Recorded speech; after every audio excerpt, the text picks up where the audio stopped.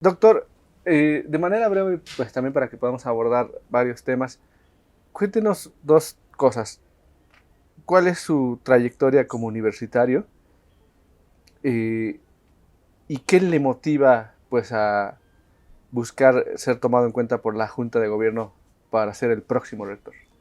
Claro que sí, Marco Antonio. Mi trayectoria empecé hace 50 años. Cumplo exactamente medio siglo de ser universitario. Empecé en el bachillerato incorporado, después pasé a la Facultad de Filosofía y Letras, donde hice licenciatura y maestría en letras, y después, gracias a la universidad y a una beca del Servicio Alemán de Intercambio Académico, hice un doctorado en Alemania y a partir de ahí, ya en 1991, regresé a la universidad como investigador y desde entonces hasta nuestros días estoy tanto investigando como dando clases.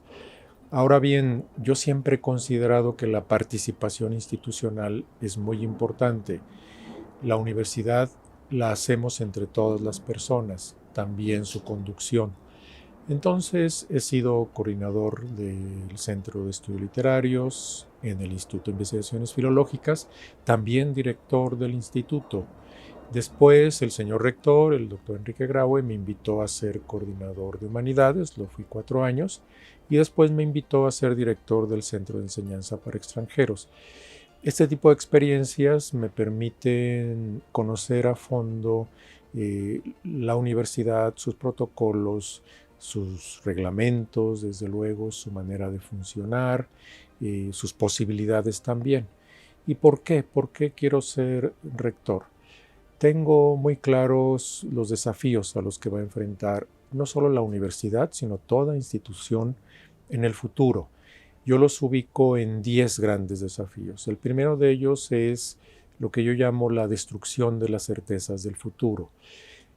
Muchas veces lo que escuchamos es no va a haber futuro o el futuro va a ser catastrófico. Para las nuevas generaciones esto puede ser muy desalentador. O bien en el futuro no habrá empleos, no habrá suficientes empleos. Hay que trabajar en ese desafío. El segundo, pues son las pandemias y todos los riesgos que hay en términos sanitarios, lo que nos enseñó la pandemia reciente. El tercero sería la brecha digital. Nos salvamos de las pandemias, de la pandemia, gracias al trabajo Ujú. digital, llamémoslo así, la enseñanza, las clases en línea. Pero ¿qué pasa con el otro desafío, que es donde hay brechas digitales? El cuarto son las desconexiones entre las personas que tomamos decisiones eh, que deben beneficiar a toda la población. El quinto, pues son todos los tipos de violencia. El sexto son los problemas del día a día, los Ujú. problemas que son coyunturales o estructurales. El séptimo son las emergencias climáticas, tenemos que abordarlos. Este es un típico problema global que afecta a todas las instituciones. El octavo son los terrorismos, los extremismos, los fanatismos, y frente a eso la cultura debe jugar un papel muy, muy importante. El noveno, bueno, las crisis económicas. En todo momento se puede presentar una crisis económica, a veces a nivel planetario, como la de 2008-2009, donde la universidad hizo un gran trabajo para salir adelante, para que la institución saliera adelante. Ese es un modelo de solución a una crisis económica y hay que seguir trabajando en eso. Y el décimo es un mercado laboral que tendencialmente estaría buscando mano de obra barata y poco calificada, lo cual desalienta muchísimo la, eh, eh, la vocación por el estudio. Eh, entonces, frente a esos 10 desafíos, y esa es mi gran vocación para ser rector de nuestra universidad, yo los reformulo como oportunidades. Por ejemplo, número uno, rápidamente, destrucción del futuro. Entonces, para la construcción de la sociedad, construcción del futuro, yo estoy proponiendo, entre otras cosas, reuniones de las autoridades directivas de nuestra universidad que a su vez presiden los consejos, consejos técnicos, consejos internos, consejos asesores, y en ese contexto entonces podemos tratar temas que inquietan y preocupan con toda razón a la comunidad.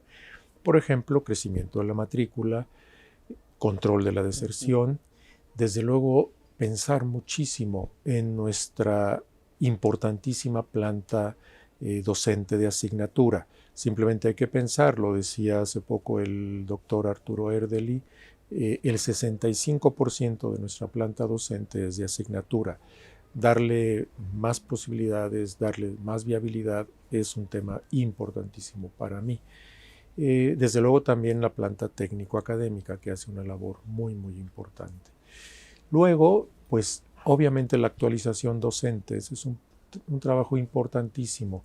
Por ejemplo, las universidades contemporáneas ya no se cierran nunca, las grandes universidades. ¿Cómo lo hacen? Bueno, pues con mucho material didáctico, que por cierto podría ser elaborado también por nuestra propia planta de asignatura, que es la que conoce el día a día, bueno, también la gente de tiempo completo, la que conoce el día a día del aula.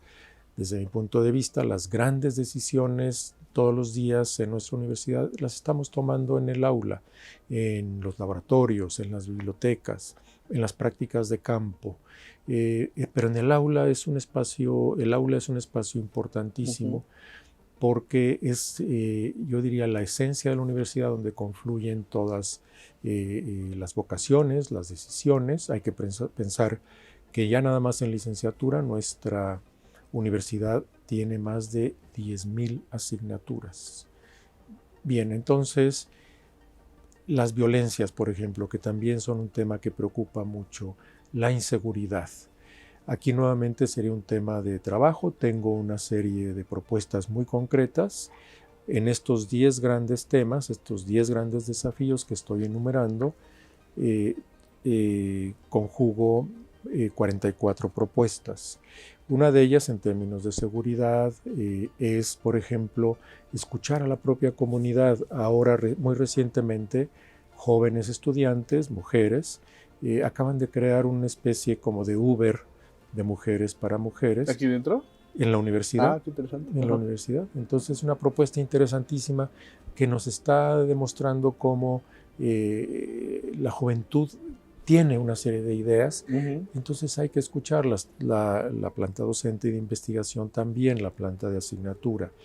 Entonces, frente a este tema, que yo lo ubico en quinto lugar, no en importancia, simplemente para enumerarlos y para ordenarlos, todos son importantes, la seguridad, entonces, puede ser un trabajo donde, complementando lo mucho que ya se hace, por cierto, cada entidad, ya que somos una universidad que está presente en todo el país, cada entidad tiene una dinámica y una problemática específica. Para el punto 7 que enuncié de emergencias climáticas, yo estoy planteando una UNAM verde, que seamos un modelo para el país. Lo podemos lograr porque tenemos, por ejemplo, el Instituto de Energías Renovables, el Instituto de Ciencias Aplicadas y Tecnología, entre otros, áreas de sustentabilidad, institutos que se abocan a ello. Y también desde el otro lado, desde el lado de las humanidades, tenemos toda la reflexión antropológica, social, para acompañar las soluciones técnicas, porque a veces las soluciones están listas, pero hay una serie de inercias, de obstáculos, de resistencias que impiden que se lleven a cabo. Entonces, UNAM Verde sería una propuesta para que en 2030 la universidad sea totalmente autosustentable y se guíe todos los días, exista todos los días como una universidad de energías renovables, energías limpias.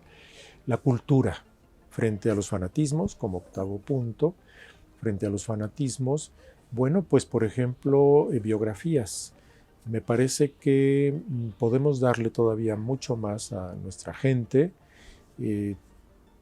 conocimientos sobre las grandes figuras de México. No solo biografías en papel, desde luego que sí.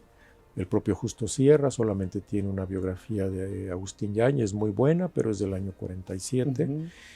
José Vasconcelos es un autor bien biografiado, pero yo lo complementaría también con cápsulas, series de televisión, películas, para que lleguen a la gente ahí donde la gente está circulando. Incluso nuestros estudiantes, por ejemplo, podemos tener cápsulas, como yo las denomino, no solo informativas, sino también formativas, en el Metrobús, incluso en las líneas aéreas, en las líneas terrestres de pasajeros, de manera que le comuniquemos a la nación, le comuniquemos todo lo que hace la universidad y específicamente cómo estas grandes figuras, también grandes mujeres en nuestra historia, como Rosario Castellanos, como la misma Sor Juana Inés de la Cruz, y otras figuras un poco menos conocidas como Aurora Reyes, gran muralista y poeta, o Esther, por ejemplo, Esther Castellanos Tapia, o de Tapia. Fue una gran figura del siglo XIX, una gran convocadora de cultura, de conocimiento, de ciencia, y es poco conocida. Entonces, eso a mí me interesaría muchísimo. Creo que tenemos que replantear, reorganizar, cambiar profundamente el imaginario colectivo de México para levantar muchísimo el ánimo. Frente al 9º punto de crisis económicas, desde luego buscar que nuestra universidad regrese a la captación de recursos que tenía antes de la pandemia. La pandemia nos afectó a todos, a todas, todo el mundo, y creo que lo podemos lograr porque la universidad tiene un gran potencial al cumplir su compromiso social desde su autonomía. Puede también hacer todo un trabajo de servicio a las comunidades, lo está haciendo, lo hace en muchas áreas y lo podemos fortalecer de manera que la universidad le responda al país desde su responsabilidad social y también tenga solvencia económica para los muchos sueños y proyectos que tiene la comunidad. Y por último, este tema del mercado, estas tendencias que se combinan con otras tendencias, yo diría que hay que hacer un mapa del empleo. Urge un mapa del empleo a nivel nacional, con el apoyo del Instituto Nacional de Estadística, Geografía, Informática, el INEGI. Definitivamente podemos hacer muchísimo. O sea, como encabezado por la UNAM, lo diría usted. Encabezado por la UNAM, sí. Eso me llama mucho la atención porque sí. Básicamente, si me equivoco, corríjame, plantea usted que también la UNAM participe más de la vida nacional. ¿Ve usted que quizá la UNAM ha perdido un poco de espacio en la vida nacional?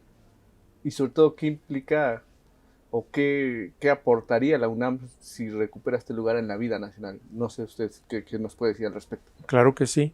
Tiene presencia, tiene mucha presencia, podemos tener más presencia. Por ejemplo, en este tema del mapa del empleo, ¿qué necesita el país? ¿Cuántas enfermeras y enfermeros para el futuro, para el país que queremos dentro de 10, 20, 30 años? ¿Cuántos matemáticos necesitamos? ¿Cómo les vamos a abrir espacios? Si empiezan a egresar, nuestra gente joven empieza a egresar en matemáticas, en medicina, en letras, en fin, ¿cómo les vamos a orientar? Yo creo que parte de la angustia de nuestros jóvenes viene de la incertidumbre con respecto al futuro. Vuelvo al primer punto. Voy a tener empleo. Ahí la universidad puede orientar muchísimo más y dar un modelo también para el país. Otro ejemplo de aportación del país a la vida nacional y de mayor presencia lo puedo ejemplificar con el tema de mejorar nuestras habilidades en lectoescritura desde las edades tempranas y desde luego en aritmética y matemáticas. Se hacen cosas, hay gente que sabe del tema mucho, se puede nuevamente hacer mucho más y la universidad puede recibir a sus estudiantes con mucha mejor preparación en iniciación universitaria, en la Prepa 2, que equivale a una secundaria, los primeros años del bachillerato, y desde luego desde el bachillerato, licenciatura y posgrado, de manera que estas asignaturas pendientes de buen dominio de la escritura, la redacción para sus tesis, sus trabajos, para el mundo laboral, y desde luego aritmética y matemáticas como los dos grandes lenguajes, el lenguaje natural, hablar y escribir, y el lenguaje matemático, a nivel nacional aportemos mucho más. Sí detecta que, y es al final un problema seguramente no solo de la UNAM, pero que de alguna manera se están perdiendo, rezagando estas habilidades de escribir e incluso, ahora sí que escribir con voz propia, eso propicia pues estos temas de plagio y que esto ayudaría a revertirlo. Yo veo el tema del plagio como un tema de inseguridad en términos de habilidades muy concretas, específicamente la escritura. La escritura es una macrohabilidad, la llamo yo, que se compone de microhabilidades. Por ejemplo, saber citar bien, saber poner un título, las comas de pronto. Y son temas que se pueden aprender, son habilidades que definitivamente se pueden aprender. La universidad está haciendo mucho en distintas áreas. Podemos conjugar todos esos esfuerzos, la Facultad de Filosofía y Letras, el Instituto de Investigaciones Filológicas, la Coordinación de Difusión Cultural, Aragón, por ejemplo, y desde luego el Centro de Enseñanza para Extranjeros están haciendo mucho al respecto. Yo pienso que una licenciatura en escritura que tuviera una rama de escritura académica, una rama de escritura creativa y una rama de formación de quienes van a enseñarnos a escribir en términos académicos, en términos creativos, y también para el mundo laboral, que es toda un área de escritura, por ejemplo, escribir notas informativas, oficios, etcétera, reflexiones, análisis, informes, en fin. Entonces, pienso que ahí la universidad puede conjugar sus esfuerzos, articularlos mediante una licenciatura transversal que llegaría a todas las áreas y contribuiría a resolver este problema de, yo lo llamo, inseguridad en la redacción y en la escritura. Y ganaríamos muchísimo como país. Este tema del plagio que atravesó la UNAM por el caso de la ministra, cuando no era ministra, ¿le hizo daño a la UNAM? Yo creo que lo que la universidad debe hacer mejor es comunicar mejor todo lo que hace. Por ejemplo, en este caso específico, la universidad dio los pasos correspondientes. En todo caso donde hay una acusación, pues tiene que haber todo el debido proceso, que normalmente toma su tiempo. En este caso específico, la universidad además trabajó con muchísima celeridad y muy respetuosa de todos los pasos, tanto internos como digamos, hacia afuera de la universidad.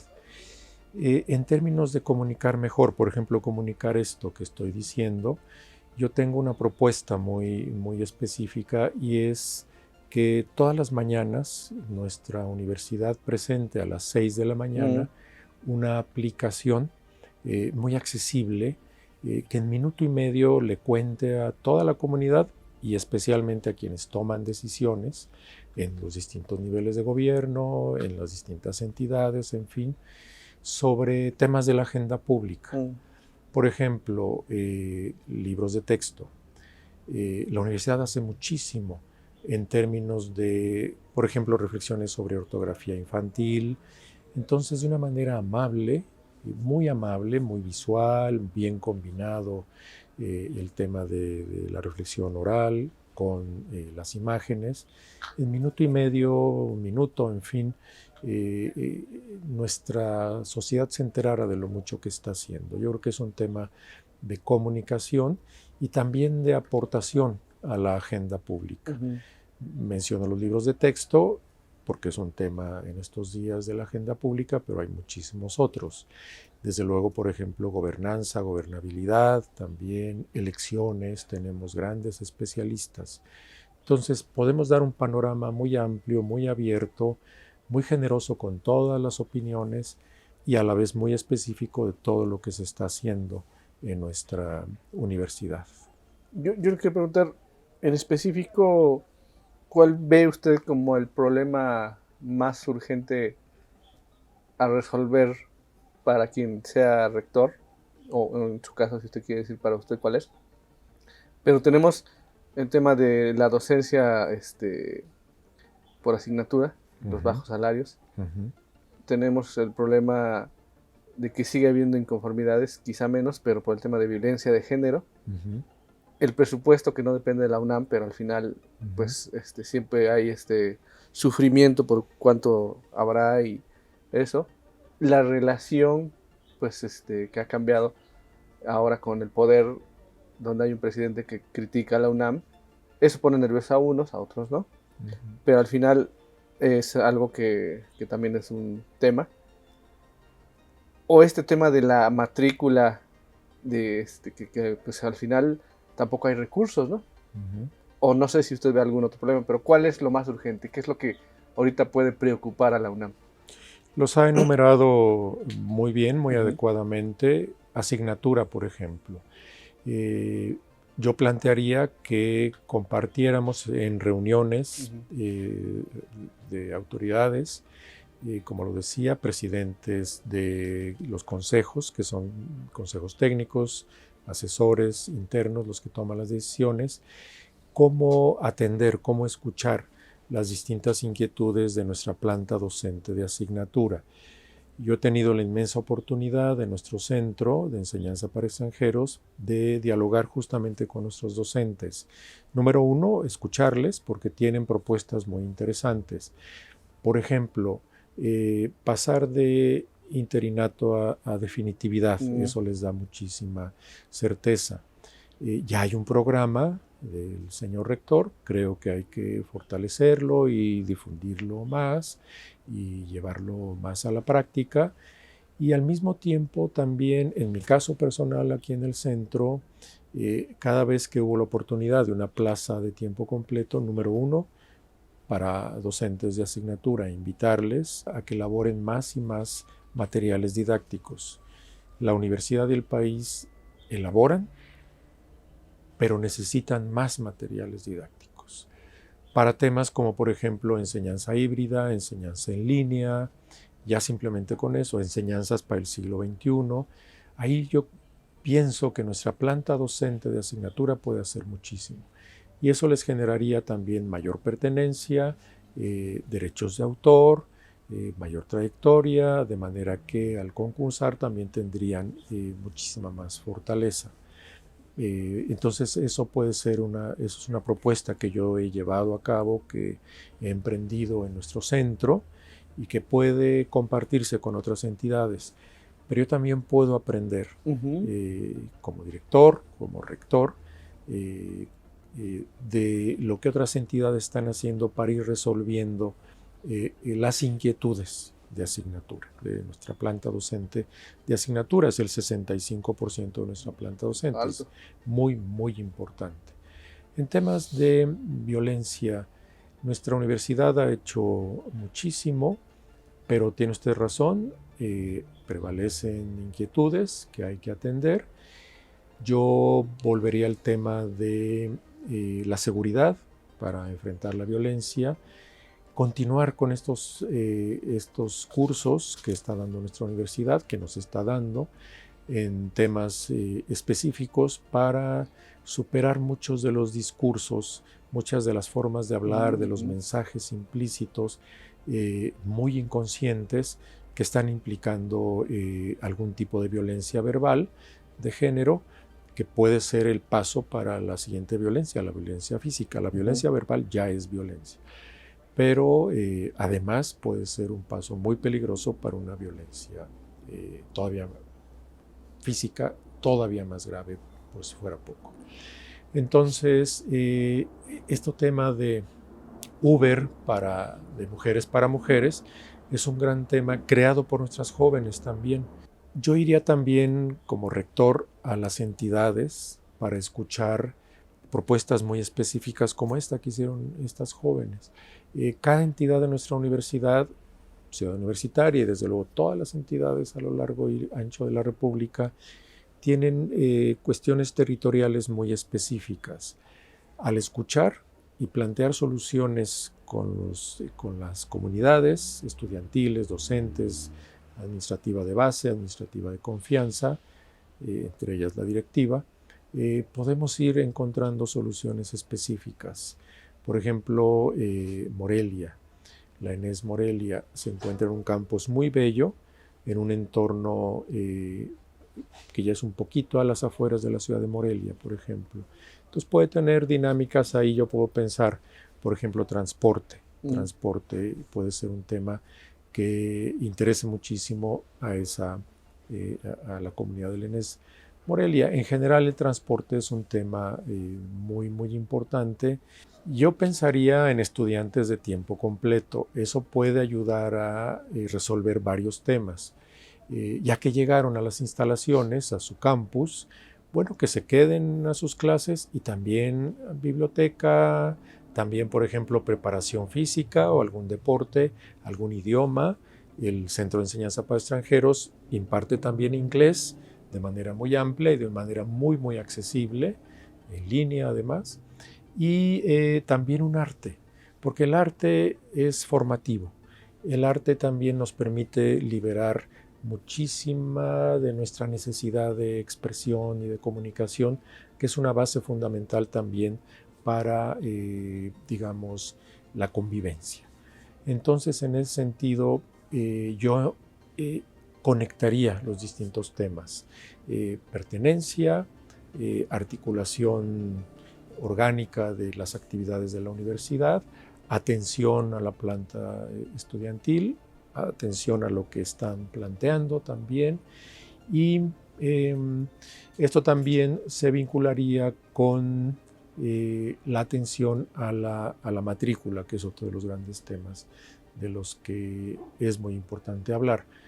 Número uno, un dato importante, nuestra universidad ha crecido en términos de matrícula.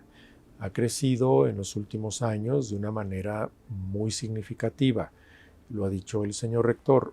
Si contáramos simplemente el crecimiento de la matrícula en los últimos años, estaríamos hablando casi de una universidad más, digamos, considerando que la OCDE piensa que una universidad de buen tamaño, normal, tiene 15,000 estudiantes.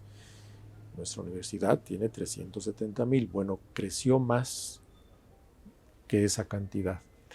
Aún así, si pensamos en nuevas licenciaturas, por ejemplo, yo en estas reuniones que planteo de todas las autoridades, uno de los temas serían las próximas licenciaturas que necesariamente tienen que tener las características del siglo XXI. Interdisciplinarias, flexibles, aprendizajes para aprender, aprender para aprender, aprendizajes también híbridos, es decir, una parte presencial en las clases, pero otra parte también descargando materiales didácticos, nuevamente el tema de los materiales. Entonces, eso sería, y uno de los temas sería, entonces, sí, crecimiento de la matrícula a través de nuevas licenciaturas, con mucho consenso de todas las áreas de nuestra universidad, investigación, docencia, ciencias exactas, ciencias de la salud, ciencias sociales, ciencias humanas.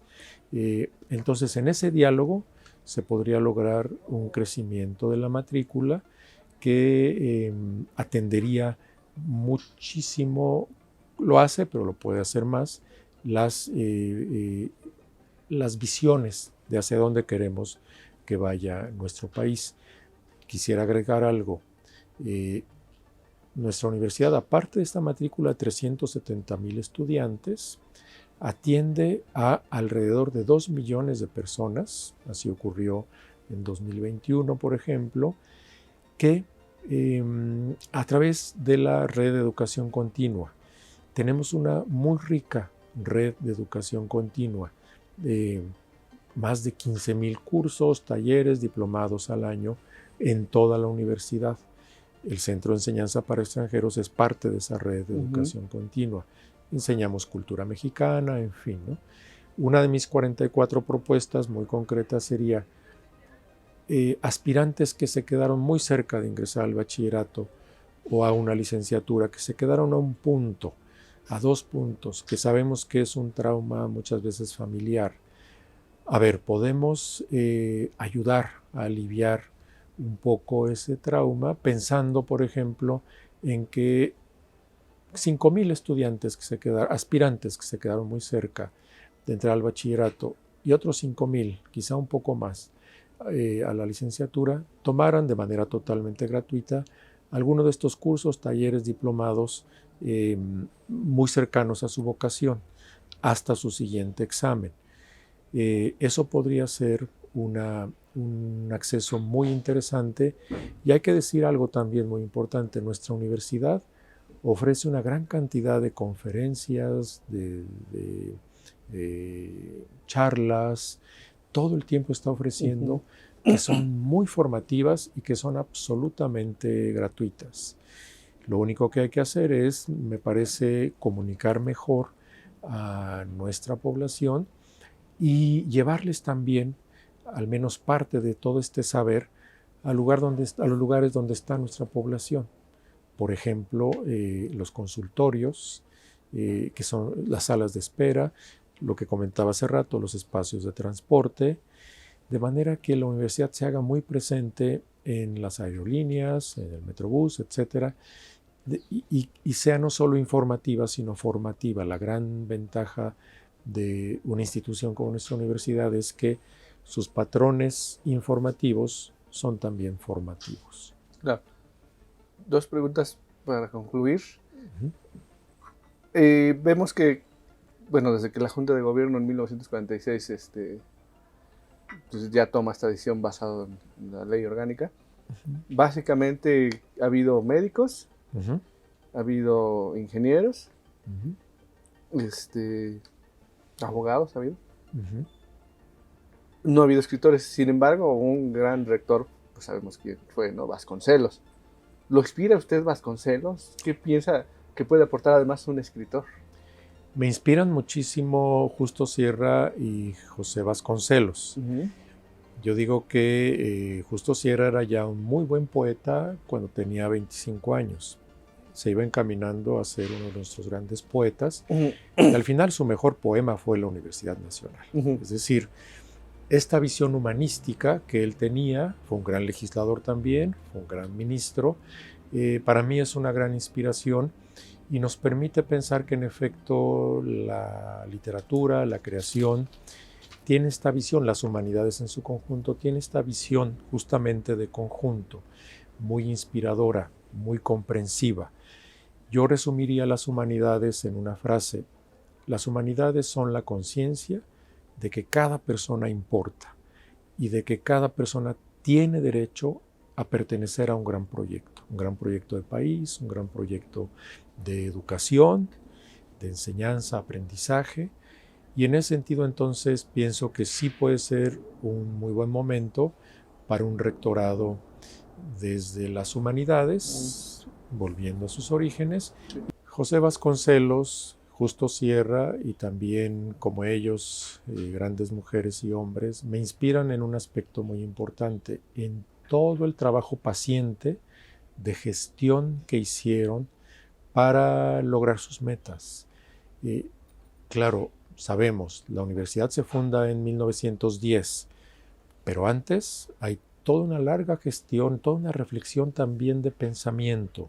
No es nada más la gestión administrativa, que fue importantísima, la búsqueda de recursos ante el Ministerio de Hacienda, ante el IMANTUR, que no era un ministro, digamos, dadivoso, ni mucho menos. Entonces, fue una gestión difícil. Pero detrás de eso también hay toda una reflexión educativa. La crisis del positivismo, por ejemplo, el nacimiento del Ateneo de la Juventud, son factores a los que Justo Sierra fue muy atento, y va a ser desde las humanidades, muy ligadas también, por supuesto, al derecho, quienes van a ir pensando la nueva forma de enseñar, una forma más comprensiva, más abarcadora que lo que era el positivismo. Entonces me inspiran por eso, por el pensamiento llevado a la gestión diaria, a la solución de problemas diarios, al saber vencer obstáculos, valores éticos fundamentales como la paciencia, la honestidad, la entereza. Pienso en las memorias de Vasconcelos, tiene una parte interesantísima donde nos cuenta cómo fue yendo congreso estatal por congreso estatal para convencer a los congresos estatales de que la fundación de una Secretaría de Educación Pública Federal era un gran proyecto y 102 años después sigue vigente. Misionero. Claro, y claro, él nos va contando cómo había zonas del país donde pues había milicias levantadas todavía, gobiernos y congresos hostiles, y él va con una gran capacidad de analítica, discursiva, dialógica, convenciendo, y finalmente tenemos la Secretaría de Educación Pública. Claro. Y finalmente, usted, pues como escritor, también como universitario y como alguien que convive con estudiantes, ¿cómo vio la pandemia? ¿Cómo le pegó a la UNAM? Y sobre todo, ¿cómo se están recuperando? Claro que sí, la pandemia fue uno de los grandes desafíos para la enseñanza de todos los días. Me acuerdo muy bien, el señor rector me acaba de invitar a ser director del Centro de Enseñanza para Extranjeros y 2 meses después llega la pandemia. Recuerdo muy bien esa semana cómo de la noche a la mañana nos capacitamos a nuestra planta docente para dar clases en línea y para darle seguridad digital y para empezar a elaborar materiales didácticos. Por ejemplo, nuestro best seller, que es el conjunto de libros Dicho y Hecho, lo convertimos en muy pocas semanas en libro digital, en adaptación digital, para que se pudiera trabajar con él. Es un cuaderno de trabajo también digital. Y aunque bajó la matrícula, como bajó toda la actividad económica a nivel planetario, de todos modos conservamos la solvencia financiera de nuestro centro y ahora claramente nos estamos recuperando. Una de las grandes enseñanzas de la pandemia fue flexibilidad, flexibilización de nuestras actividades y también aprender a enseñar y aprender a aprender de manera digital, de manera híbrida. ¿A qué me refiero cuando hablo de enseñanza híbrida? Pongo 2 ejemplos. Uno, híbrido es cuando la mitad de tus estudiantes están presenciales y la otra mitad las tienes en la pantalla, desde un lugar, desde donde estén. Y tú tienes que dar clases al mismo tiempo a ambas partes y los materiales son distintos y tienes que combinarlos. Y otra enseñanza digital híbrida que yo quiero impulsar mucho desde la rectoría es materiales didácticos de manera que tú los descargues el sábado en la mañana, el sábado en la tarde, cuando tú quieras, y ya realizas tu tarea, tu actividad, tu aprendizaje y luego ya viene la evaluación. Entonces fue uno de los grandes aprendizajes, ¿no? Finalmente creamos el modelo CP 365 y ahora quiero exportarlo como modelo UNAM 365. La universidad ya no se cierra nunca, podemos aprender cada minuto, podemos aprender desde nuestra casa, si de pronto por cuestiones laborales, por cuestiones de horario, en fin, no puedo asistir a todas las clases, o bien ya se organiza de manera que una parte de la enseñanza es presencial en las instalaciones y otra parte también muy importante se complementa descargando materiales. Claro. Muy bien, algo que usted quiera agregar que a lo mejor considere que no le preguntamos y le gustaría expresar. Claro que sí. Bueno, pues antes que nada un agradecimiento muy grande y estoy consciente de los retos que va a enfrentar nuestra universidad por todos los cambios que está experimentando el planeta. Y yo les quisiera hacer una invitación muy cordial a consultar mi página, unamproyectovital.com. Ahí están mis 44 propuestas, ahí están los 10 desafíos que planteé, ahí están todas las reflexiones que hago para la universidad del siglo XXI. Muchísimas gracias.